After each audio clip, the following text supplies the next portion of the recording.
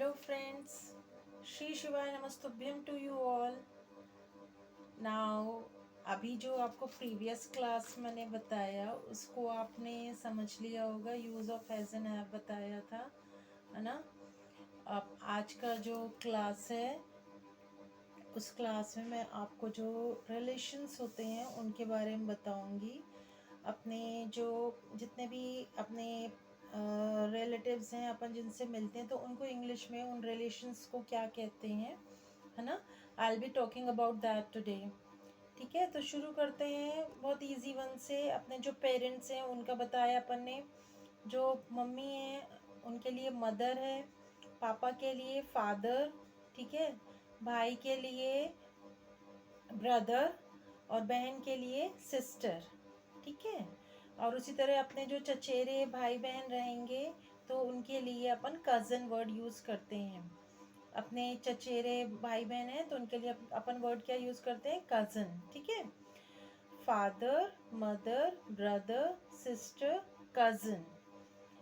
और अपने जो मामा जी हैं उनको बोलने के लिए अपन यूज़ करेंगे मैटरनल अंकल। क्या बोलेंगे उन्हें, मैटरनल अंकल, क्योंकि मामा जी हैं इसीलिए मैटरनल अंकल।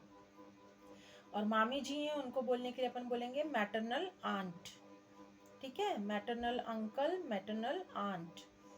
मौसी जी हैं उन्हें भी मैटरनल आंट कहेंगे, मौसा जी मैटरनल अंकल, ठीक है।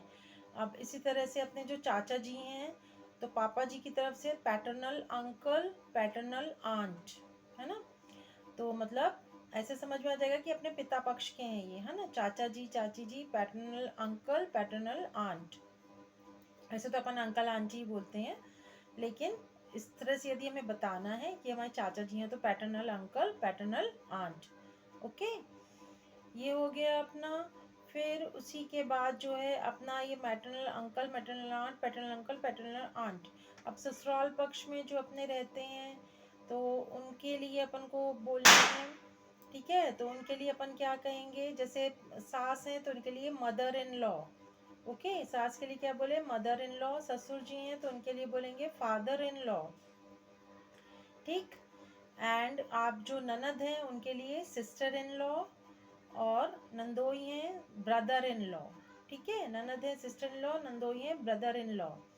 और भैया भाभी हैं जो हमारे, उनके लिए क्या बोलेंगे, भैया भाभी। तो भैया के लिए तो ब्रदर ही रहेगा, है ना। भाभी के लिए सिस्टर इन लॉ ही चलेगा, ठीक है। भाभी को भी सिस्टर इन लॉ ही कहते हैं। देवर देवरानी है तो देवर देवरानी के लिए देवर ब्रदर इन लॉ, देवरानी सिस्टर इन लॉ, ओके। ये इस तरह का हो गया। तो मतलब देवरानी के लिए, अपनी जो है भाभी है उनके लिए, ननद के लिए, इनके लिए अपन क्या यूज़ करते हैं, जेठानी है उनके लिए भी क्या यूज़ होगा, सिस्टर इन लॉ, ठीक है। नंदोई हैं, देवर हैं, जेठ हैं, ठीक है, इनके लिए क्या यूज़ होगा, ब्रदर इन लॉ, ठीक। Sister in law, brother in law, ठीक। और अपने जो चाचा चाची के बच्चे हैं, जो मामा मामी के बच्चे, उनके लिए अपन बोलेंगे कजन्स, है ना। और मामा जी का बेटा है, ममेरा भाई है, तो उसको अपन बोलेंगे मैटरनल ब्रदर। क्या बोलेंगे, maternal brother. He is my maternal brother, she is my maternal sister. मतलब वो मेरा ममेरा भाई है, मेरी ममेरी सिस्टर है, लाइक दिस, ओके। ममेरा भाई, ममेरी सिस्टर, ठीक। समझ में आया। आज के इसमें जो है अपन ने जो है, हमने आपको जो है रिलेशंस के बारे में बताया।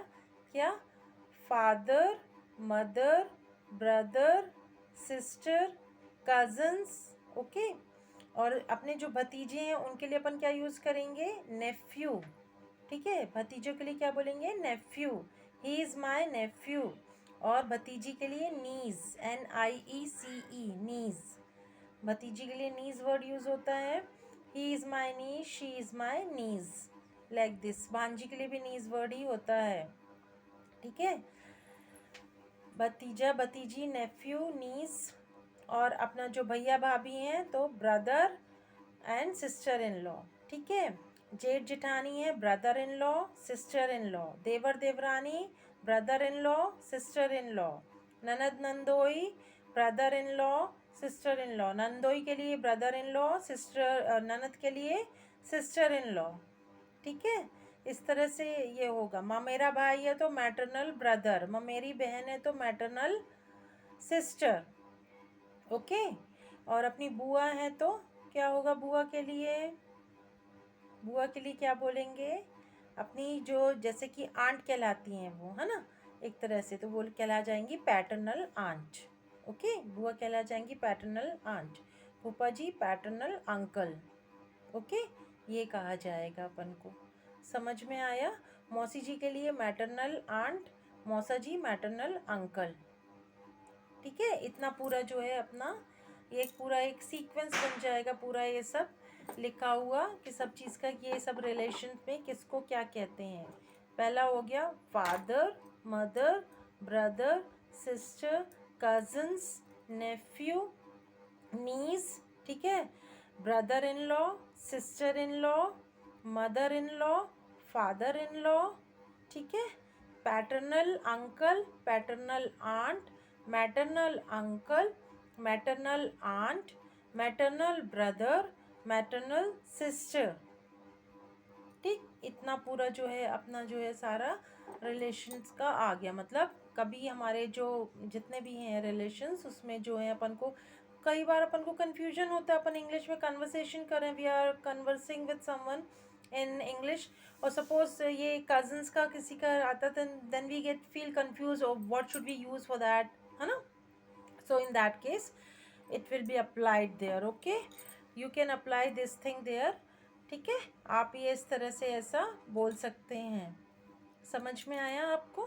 ये जो है अपने सारे रिलेशंस जो हैं उसको बताने के लिए अपन जो है ये सब यूज़ करते हैं, ये सारे वर्ड्स। ठीक है, पूरे जो हैं मैटरनल मम्मी मम्मी पक्ष के हैं तो मैटरनल आ जाएगा उसमें, पापा पक्ष के हैं तो उसमें आ जाएगा पैटर्नल।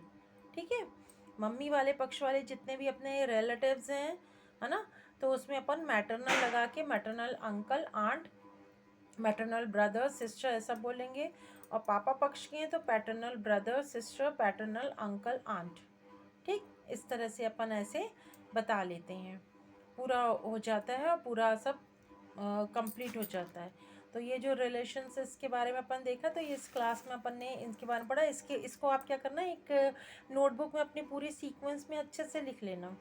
पहले मदर, फादर, ब्रदर, सिस्टर। ठीक है, mother in law, father in law, sister in law, brother in law, ये पूरा लिख करके फिर पूरा उसमें समझा लेना। देखिए हमारे जो देवर हैं उसके लिए भी जो है ब्रदर इन लॉ यूज़ होगा, जेठ के लिए भी ब्रदर इन लॉ यूज़ होगा।